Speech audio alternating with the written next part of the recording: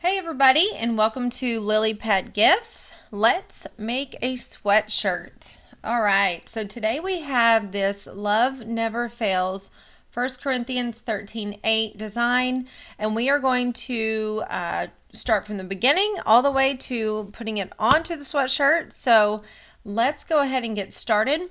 I am working in the business edition, Silhouette Studio Business Edition, and so you can use any font, of course, but the font that I chose for this design is called the Plump font. So I'll show you where, you can download the Plump font. I will put it in the links, in the link below. I will post it. It should be on 1001fonts.com, but I will double check and I'll be sure to post the link for you for the true type font in case you do not have it. All right, so let's get started. Over here on the left side, you'll see the A. If you'll click on that, that will get you started with your font, and it will start blinking, and you will type out love, and then I'll go enter to go down to the next line.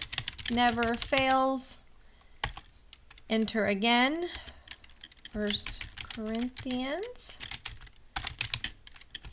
13:8. And then I'm going to hit enter.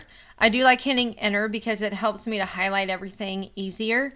For some reason, it's just harder for me to highlight it at the end of my wording. So I just push enter and then I highlight everything. And over on the right side, you're going to go to your font. Let's see. There we go. It is moving slow on me today. And there it is. And then I will type in up here at the top, Plump, P-L-U-M-P. And that is the Plump font. So it changed it over to this font to match the one that we're trying to create here. Okay, great. So now we can use this little tool here and move it if we want to. And I'm going to go to the top and I'm going to center everything now, even though we will center it again later. It just kind of helps me to visualize it a little bit easier.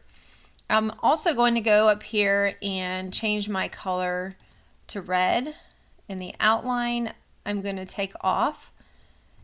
And then I'm going to right click and ungroup everything. So everything is ungrouped. And it's all the same size. And we want to change that so it matches this design up above it. So what we're going to do is I am going to zoom in up here at the top where it says zoom in. I like to zoom in, and that way it puts me a little bit closer to what I'm working with. And then there, perfect. So now we're going to move our letters where we like them. They don't always type out in a good spacing for me, so I like to space it out myself. And so I'm going to space it there, move my E over a little bit, and I just kind of eyeball it, and then highlight, or hold down your left mouse and highlight all of the letters. And over here on the right side in the transform panel, click the vertical align middle, and it will make sure all of your letters are aligned vertically together. And right click group. We're going to do the same thing. I'm going to scroll down a little bit and move my letters around until they are just how I like them. A little bit better spaced out. And then highlight, vertically align in the middle, right click, group. Same thing here. Highlight, vertically align, right click, group. And then I can move this over a little bit. I'm going to go ahead and vertically align the never fails, and then that together. And once that aligns, I'm going to right click and group those together. Okay, and now I'm going to zoom out just a little bit and scroll up so we can see the one above it. So we can tell that the love is bigger. So I'm going to make love bigger by just clicking on it and dragging it. And then the never fails is a little bit bigger, but we're gonna make sure there, that's good, as long as it's close. And so now we will highlight the love and the never fails and then horizontally align it in the center of each other. And I'm gonna move it up just a little bit and then horizontally align, right click, group those. Now, 1 Corinthians 13:8 is much smaller, so we are going to make it smaller. So just drag until it's a little bit smaller. I just want it to get pretty close to the one in the example above. And that looks like it's pretty good. I'm going to go ahead and move this 13:8 over here, and I'm just going to highlight all of it together. Oh, that's fine, because we're going to align it here in a second to where it looks good. And then I am going to zoom in a little bit more. That way I can see all of these little letters pretty good, and I can also space them out to where they look better. I'm going to move these out of the way because they end up running into each other. So I can just move them and kind of eyeball the spacing on how I think it would look good. And then the 13 and the 8. Okay, so now we're going to highlight all of them again and vertically align the middle. We're going to highlight 13:8 and group those together, and then we can group all of these together. We'll move this over a little bit, and we'll go ahead and highlight one more time. My computer is running slow on me today. Okay, it is. Sorry, I don't know what is going on with my computer. Okay, there we go. And then once it finally catches up, we're gonna align the middle. Okay, make sure it's aligned, right click, group. And then we are also going to highlight all of these and horizontally align the center, right click and group. And then I'm going to back out so we can see how it compares to the one above it. And another trick too is if you want to change the color of a design that you already have, but you're trying to make it the same, you can kind of do that to where you're like, oh, okay, well, that's not exactly, so then we can kind of do that and move things around if we want to. We can ungroup it while we do that, and we can also ungroup this.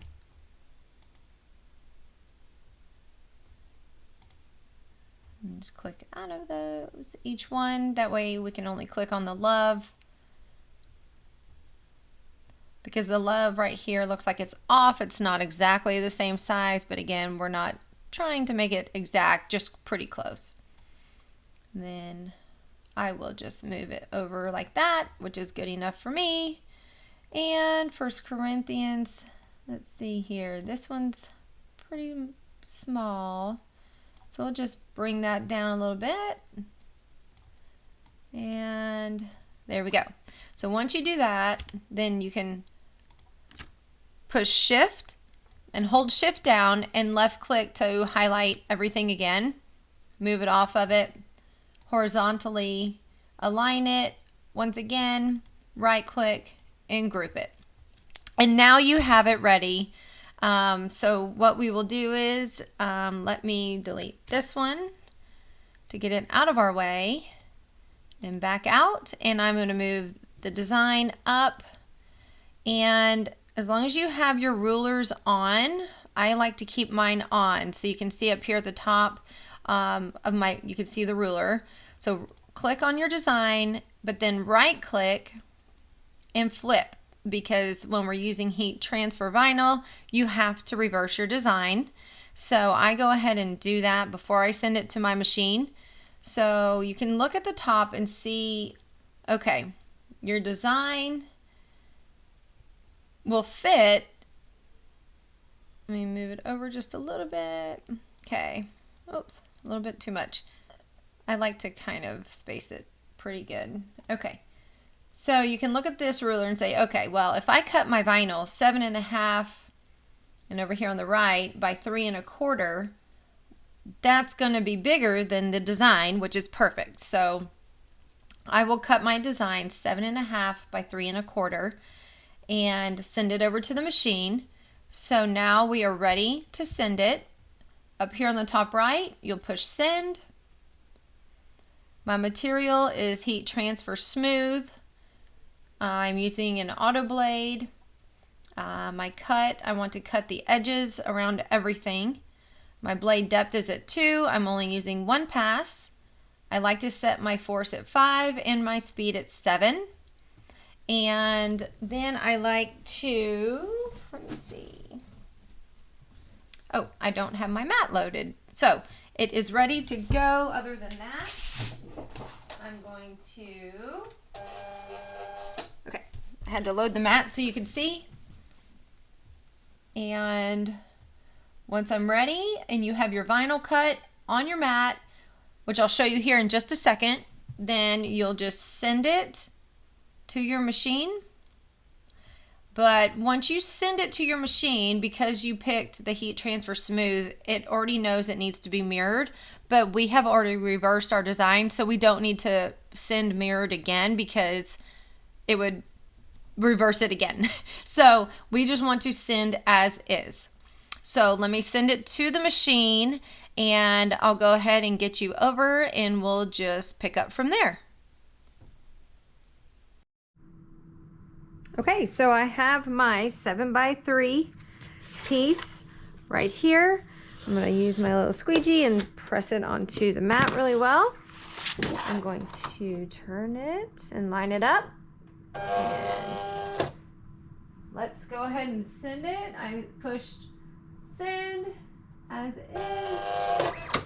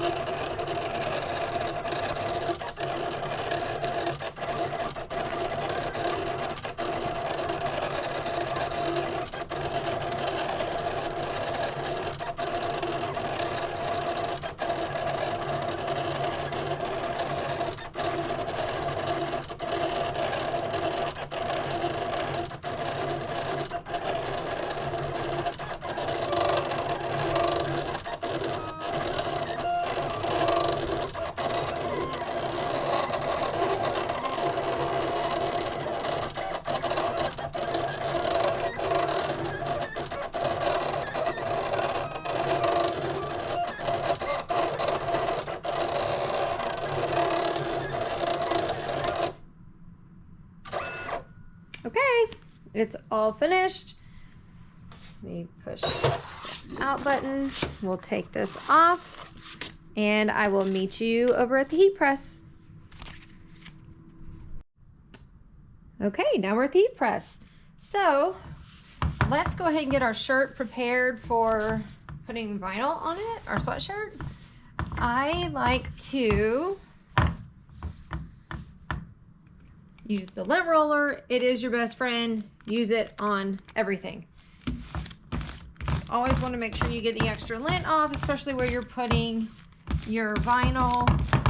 That way you make sure that it adheres to the sweatshirt. And I like to do the whole front, so I'm going to press the whole front. I have a few seconds on each press. We're going to go ahead and go to this side, and a few seconds on this side. And then we're going to do it right in the middle.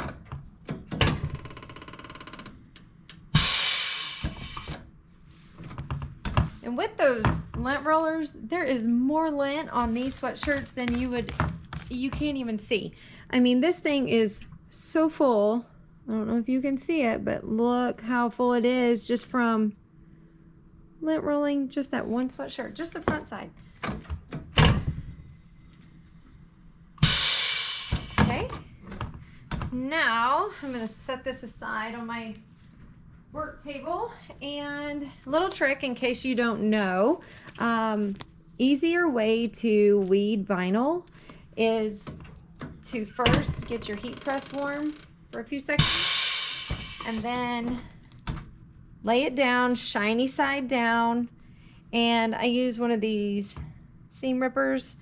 That's what I like to use because I feel like it grabs everything pretty well. And it just makes weeding a lot easier. And then I also have a work light I put above me just so I can kind of look at it from an angle. And there are little spots, like little spaces that have vinyl. So I don't know if you can see. Let me see if I can. The O and the 8 and the A in Corinthians is, turn it around for you. See, they're really little. So I use tweezers. That's how I get those little tiny parts out. So there's a O, R, A. I know my husband can't, he's kind of like shocked at how how tiny I can get these little spaces cleaned out. And then, so as you can see, sometimes there's little pieces. I always like to trim around my whole design. Not only do I feel like it cuts off any extra that could be on there, any extra vinyl pieces, but I feel like it also gives me a little bit more, what's the word? I just feel like it's even all the way around. So when I put it on my shirt and line it up, it's even on all sides, and helps me to line it up a little bit easier as well. So, all right, now we've got that weeded out, and we can go over and put it on our sweatshirt. So let me take you over here, and okay, so let me put you at this angle where it might get a little bit better angle for you. Okay, so whenever I'm laying my sweatshirt out, this is what I do. So now that it's been ironed really nicely, okay, just kind of flatten it, and I have a T-square. I think I got this on Amazon. It's been a long time, but if I can find the link, I'll be more than happy to post it. And then I just find my center. So as you can see right here, this shows you, you can see your arrows on each side and also the center of your collar. And so you can line it up, and it really helps to make sure everything is nice and even, and it gives you that center line to go by when you're placing your vinyl. So now that I have that, it helps me to see now where my center is. I can kind of see here how much vinyl is on each side. And so usually 3 to 3.5, so 3 1/4 is probably a good spot to put it at the top. And let me see if I can show you there. So I know the shiny part of the vinyl paper kind of throws it off, but looks pretty good to me. So we are going to tape it. Now, here's another trick I like.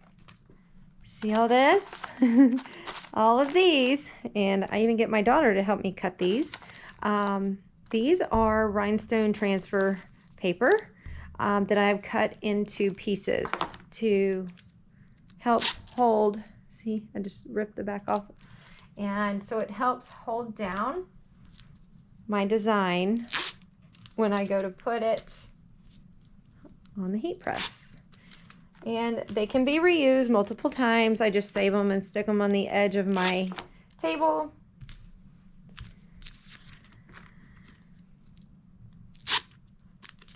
And so I just put enough to where that way I can slip it on my heat press and it won't slide or come off or move. And so now let me take us back over to the heat press.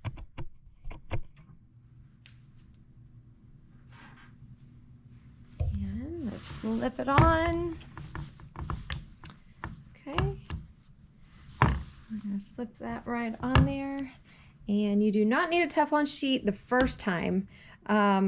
Once you peel this off, then we'll use a Teflon sheet. So right now we don't need one, and we will shut it. I have it around 3:05. I'm going to count in my head about 5 seconds or so. I'm going to lift it, and then I'm going to just peel everything off. Just like that.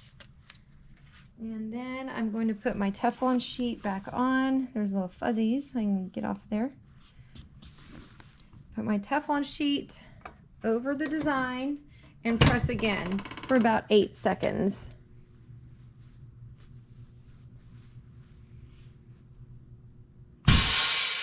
And then I always do this because I feel like it presses it into, just getting a towel, a little hand towel, a little washcloth, and it presses it down into the sweatshirt more. And so that is it. Let me hold it up for you. Ta-da! Oh, where'd my video go? There you go. Here, let me go a little bit more. Yay! Isn't it so cute? I love the colors. Red on pink. Love the colors. Super easy. Once you get the hang of it, it goes quicker every time. So, hope you liked it. Hope that helped. Do you have any questions? Comment below, subscribe, and like. And we'll see you in the next one.